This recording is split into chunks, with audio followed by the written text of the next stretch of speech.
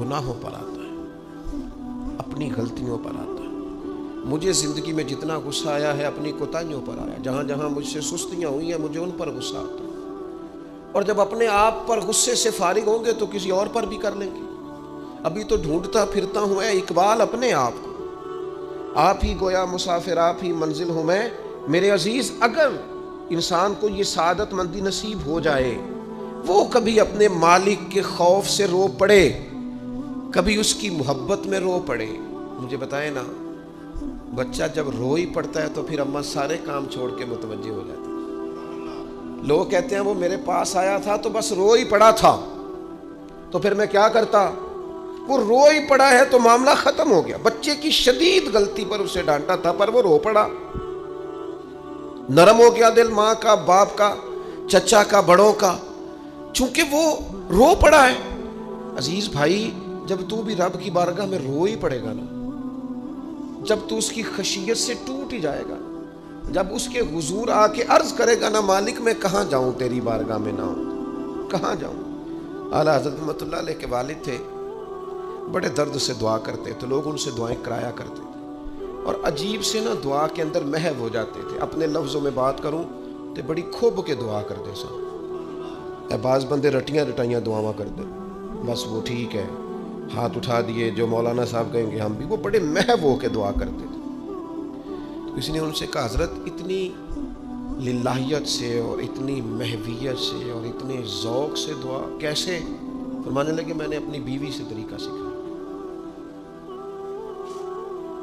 سیکھنے والے سبھی جگہ سے سیکھتے، اپنے بچوں سے بھی سیکھ لیتے، اور جن کا خیال ہونا ہمارے پاس کل عقل آ گئی ہے، وہ بیچارے عقل کو خیر بات کہہ دیتے ہیں، جن کو سارا ہی پتہ ہے انہیں کچھ پتہ نہیں۔ کہتے بیوی سے سیکھا ہے دعا مانگنے کا طریقہ۔ حضرت وہ کیسے؟ فرمانے لگے اسے کوئی کام تھا مجھ سے، کوئی گھر کا خرچہ تھا، اس نے بتایا خرچہ، میں نے اسے کہا ابھی میرے پاس پیسے نہیں ہیں، آتے ہیں تو دوں گا۔ 2-4 دنوں کے بعد پھر اس نے کہا، میں نے کہا تھا گھر کے خرچے کے لیے کچھ پیسے، تو فرماتے ہیں میں نے کہا ابھی میرے پاس نہیں ہے، آتا ہوں تو دیتا۔ عورتوں کی عادت ہوتی ہے بار بار یاد کرانا، کہتے اس نے پھر یاد کرایا، وہ میں نے گزارش کی تھی کچھ پیسے چاہیے، فرماتے مجھے غصہ آ گیا، میں نے کہا تو کیا روز ایک ہی بات کرتی ہے، تجھے کہا ہے نا ابھی پیسے نہیں ہیں، آتے ہیں تو دے دوں گا۔ ہر روز یاد کرانے کا کیا مطلب ہے؟ ایک ہی بات کا رٹا لگایا، پیسے چاہیے، پیسے ٹھیک ہے، خرچ ہے، آپ ٹھیک کہہ رہے پر ابھی نہیں میرے پاس۔ کہتے میں نے ڈانٹ دیا۔ سعادت مند خاتون تھی، حوصلے سے ڈانٹ برداشت کی، تو کہنے لگی غلطی ہو گئی، مجھے نہیں بار بار کہنا چاہیے تھا، آپ تو ناراض ہی ہو گئے، لیکن ایک بات یہ کہنی تھی کہ آپ ہی میرے شوہر ہیں، میں آپ سے نہ کہوں تو پھر کس سے جا کے کہوں؟ آپ سے ہی کہنا ہے نا، میں نے، آپ ہے نا میرے سر کے تاج، تو کس سے اور کہوں؟ میں اور کسی سے کہوں؟ شیخ فرماتے ہیں میرے ہاتھ میں کچھ چیز تھی، ہاتھ کانپا، وہ چیز گری، چھم چھم میرے آنسو ٹپکے، چھم چھم میں رو پڑا۔ تو خاتون کہنے لگی آپ کیوں روئے، کیا ہوا؟ تو فرمانے لگے مجھے تو رب سے مانگنے کا طریقہ تو نہیں سکھا دیا، اللہ رسول کے حضور حاضر ہونا ہے۔ آپ دیکھیے کس قدر جم کے صحابہ حضور کی محبت میں آنسو بہاتے۔ حضرت صوبان بن مالک آ کے رو ہی پڑے تھے نا، حضور نے خود جا کے پوچھا کیا ہوا، بتانا نہیں پڑا، بس آنسو چھلکے، تو نبی کریم نے فرمایا صوبان کیا ہوا؟ عرض کی دل نہیں لگتا، یہاں تو پریشان ہوتا ہوں تو زیارت کر لیتا ہوں، تو جنت میں کیسے دل لگے گا؟ بس وہ روئے تھے نا، حضرت جبریل آ گئے، کہا محبوب رب فرماتا ہے جو اللہ رسول کی اطاعت کریں گے جنت میں بھی اللہ پڑوس عطا کر دے گا۔ رو پڑے تو جنت تک بات چلی گئی، رو پڑے تو۔ میرے عزیز یہ تو ہے نا عام آدمی کا رونا، صحابہ کا رونا، اور اگر آنسو نبی پاک کے نکل آئے تو صحیح مسلم میں، صحیح بخاری میں حدیث ہے، سرکار دو عالم علیہ السلام ان آیات کی تلاوت فرما رہے تھے جو حضرت ابراہیم علیہ السلام کے بارے میں آئیں، جو جناب عیسیٰ کے بارے میں آئیں، جن آیات میں حضرت ابراہیم اور جناب عیسیٰ علیہ السلام نے کہا ہے اللہ بہت سارے لوگ گمراہ ہو گئے، بہت سارے لوگ گمراہ کر دیے گئے، اور جن میں یہ فرمایا کہ یا اللہ جو میری اطاعت کریں گے وہ میرے ہیں، اور جو میری نافرمانی کرے تو ان کے لیے غفور ہے۔ جب اپنی اپنی امت کے گناہگاروں کا تذکرہ جناب ابراہیم اور حضرت عیسیٰ علیہ السلام جو کرتے ہیں، اور قرآن مجید نے جس کا بیان کیا، اس کو حضور نے پڑھا تو نبی پاک کی آنکھوں میں آنسو آ گئے. یہ مسلم شریف ہے. حضور روئے. اللہ کریم نے حضرت جبریل امین کو کہا جبریل جائیے میرے حبیب سے پوچھئے کیا معاملہ ہے. حضرت جبریل آئے حالانکہ رب جانتا ہے. آ کے عرض کی یا رسول اللہ رب فرماتا ہے آپ رو رہے ہیں. تو کہا جبریل امت کے لیے رو رہا ہوں. آپ کی توجہ ہے میری بات؟ حضور امت کے لیے روتے ہیں نا. اللہ کرے امتی بھی کبھی نبی کے لیے روئے. کہا امت کے لیے رو رہا ہوں. تو حضرت جبریل امین علیہ السلام دوبارہ عرض گزار ہوئے مالک آپ کے حبیب امت کے لیے رو رہے ہیں. تو فرمایا میرے حبیب سے کہہ دیں وَلَسَوْفَ يُؤْتِيكَ رَبُّكَ فَتَرْضَىٰ آپ کا رب آپ کو اتنا دے گا کہ آپ اپنے رب سے راضی ہو جائیں گے. اللہ آپ کو راضی کر دے گا. محبوب امت کے بارے میں پریشان نہیں کرے گا. اپنی تنہائی کو آباد کریں, اکیلے میں اللہ اللہ کریں, تلاوت کلام مجید کا اس طرح کا ذوق ہو. حضرت عمر سنا کرتے تھے تو رو پڑا کرتے تھے. حضرت فاروق اعظم رضی اللہ تعالیٰ عنہ پہلی صف میں قرآن مجید کی تلاوت کر کے روتے تھے تو تیسری صف تک آپ کی ہچکیوں کی آواز جاتی تھی. ان لوگوں کا درد ہی سارے کا سارا کتاب و سنت سے اللہ رسول کی بارگاہ سے. ہم نے نا اپنے آپ کو کمزور کر لیا ہے دنیا داروں کے سامنے رو رو کے, دکھ بتا بتا کے پریشان. وہ میرے ایک دوست ہے, ان کی بات مجھے بڑی اچھی لگی. وہ کہتے ہیں تگڑے رشتہ دار آتے ہیں نا تو کئی دفعہ میرا معاذ اللہ جھوٹ بولنے کو دل کرتا ہے. کہتے ہیں حالات کیسے ہیں تو میرا دل کرتا ہے ان کو کہنے کو کہ تم سے بڑے اچھے ہیں اگرچہ غریبی ہے. کہتے ہیں میں چڑھتا ہوں کہ بندوں کا کیا کام ہے آ کے میرے لیے پریشانی کا اظہار کریں اور کہیں کوئی حکم ہوا تو بتانا کیا مطلب ہے. وہ کوئی شاعر تھا نا تو کوئی بندہ 5 روپے پھینک گیا اس کو. اس نے کہا جی آپ کو ضرورت ہوگی. تو بڑا دانشور آدمی تھا, اس نے کہا اٹھ اپنے پیسے لے جا, مجھے ضرورت ہوگی تو اللہ رسول سے مانگ لوں گا. اس نے کہا یہ آرزوئے طلب اور میں آپ سے کروں, تیرے جیسے بندے ہم مجھے دیں گے. یہ آرزوئے طلب اور میں آپ سے کروں, یہ بھیک اس کو دیجئے جس کا خدا نہ ہو. میں رب رسول کی بارگاہ میں رو لوں گا, مجھے اللہ کی بارگاہ سے ملو. کتنا ملے گا؟ وَيَرْزُقْهُ مِنْ حَيْثُ لَا يَحْتَسِبُ اتنا ملے گا کہ بندے کا گمان بھی نہیں ہو. ایک بہت بڑا سیٹھ آ گیا ایک دفعہ ہمارے بزرگوں کے پاس, بہت بڑا مالدار امیر کبیر آدمی. تو ہاتھ ڈال کے کوٹ میں کہنے لگا مدرسے کا کتنا کو خرچہ ہے. تو میں نے لگی آپ بات کریں. کہنے لگا جی میرا خیال ہے آپ سارا میرے ذمہ ہی لگا دیں, 100 200 400 روپے آپ چھوڑ دیں. تو فرمانے لگے آپ دیں گے پھر حساب بھی کریں گے. ہمیں وہ رب دیتا ہے جو بے حساب ہی دیتا ہے اور حساب کی رسوائی بھی نہیں ڈالتا. لہذا آپ کا جو انداز ہے وہ بتاتا ہے کہ آپ کے لہجے میں وہ والا انداز. وہ کچھ لوگ آ کے نا جی وہ کہتے ہیں جی کدھر کو پیسے لگن والے نے سانو دسو اسی لا دئیے. میں کہتا تسی کدھر اور ہی لا لو. اگر آپ کو کسی پر اعتماد ہی نہیں ہے, آپ کا لہجہ ہی کچھ اور طرح کا ہے, تو اس کا معنی کیا ہے؟ میرے عزیز لوگ تو تھوڑا دیتے ہیں تو پریشان کرتے ہیں. اس رب کی طرف رجوع کریں جو اتنا دیتا ہے کہ بندے لے لے کے ہی تھکتے ہیں, وہ دے کے نہیں تھکتا. اللہ کے حضور اپنے آنسو بہائیں, کچھ وقت عبادات کے لیے رکھیں. آپ جتنے بھی انبیاء کے تذکرے پر, حضرت شعیب علیہ السلام بڑا ہی رویا کرتے تھے. اللہ کریم نے پوچھا جنت کے لیے روتے ہو کہ دوزخ کے خوف سے؟ کہا مالک میں تو تیرے لیے روتا ہوں, تیری چاہت میں روتا ہوں, تیرے لیے آنسو بہاتا ہوں. میرے عزیز انبیاء ہوں, صلحاء ہوں, اتقیاء ہوں, صحابہ ہوں, اہل بیت ہوں, جم کے آنسو بہے. جنہیں رونا آ گیا نا انہیں منانا آ گیا, جنہیں رونا آ گیا ان پہ رحم آ گیا, جن کی آنکھیں چھلک پڑیں وہ محبوب کو پا گئے. شرط یہ ہے کہ تنہائی ہو, بندہ اکیلا ہو, رج روئے اور روئے اللہ رسول کے لیے, ان کی بارگاہ میں روئے. باہر تو نکلے تو پھر تو منہ دھو کے نکلے نا. آنسو بندوں کو نہیں دکھانے, آنسو اللہ رسول کو. میری آپ سے درد سے گزارش ہے, میں نے جیسے کہا نا دعائیں بڑا انقلاب برپا کرتی ہیں. ایک رات صرف میرے کہنے پر 2 رکعتیں نماز پڑھیں, پھر استغفار پڑھیں 70 بار, پھر اتنا ہی حضور کی بارگاہ میں درود و سلام عرض کریں, پھر رج کے روئے, اللہ سے عرض کریں اللہ اس وطن کے حالات بھی بدل دیں, اللہ امت کے لیے بھی آسانی کر دے, اللہ تعالیٰ فلسطین کے مسلمانوں کے لیے خیر فرما دے. ہم اگر اجتماعی طور پر اور انفرادی طور پر اپنے رب کی بارگاہ میں دعاؤں کا رشتہ مضبوط کریں گے نا تو بڑا ہی قریب ہے. جب اتنے سارے لوگوں کے ہاتھ اٹھتے ہیں نا, میں یہاں بھی کئی دفعہ لمبی دعا کرتا ہوں جمعے کے بعد, سوچتا یہ اتنا بڑا مجمع ہے, ہزاروں لوگ ہیں, تو ہو سکتا ہے کسی ایک نیک آدمی کی آمین سے کئیوں کا بھلا ہو جائے, کئیوں کے تو جم کے دعائیں کریں، اپنا رشتہ اپنے رب سے مضبوط کریں، ہر روز رات کو اللہ کے حضور حاضر ہو کے اپنے کو حساب کے لیے پیش کریں، خوبیاں ہوں تو سجدہ شکر، خامیاں ہوں تو دعا اور استغفار۔ اللہ تعالیٰ عمل کرنے اور سمجھ جانے کی توفیق عطا کرے۔ وما علینا الا البلاغ۔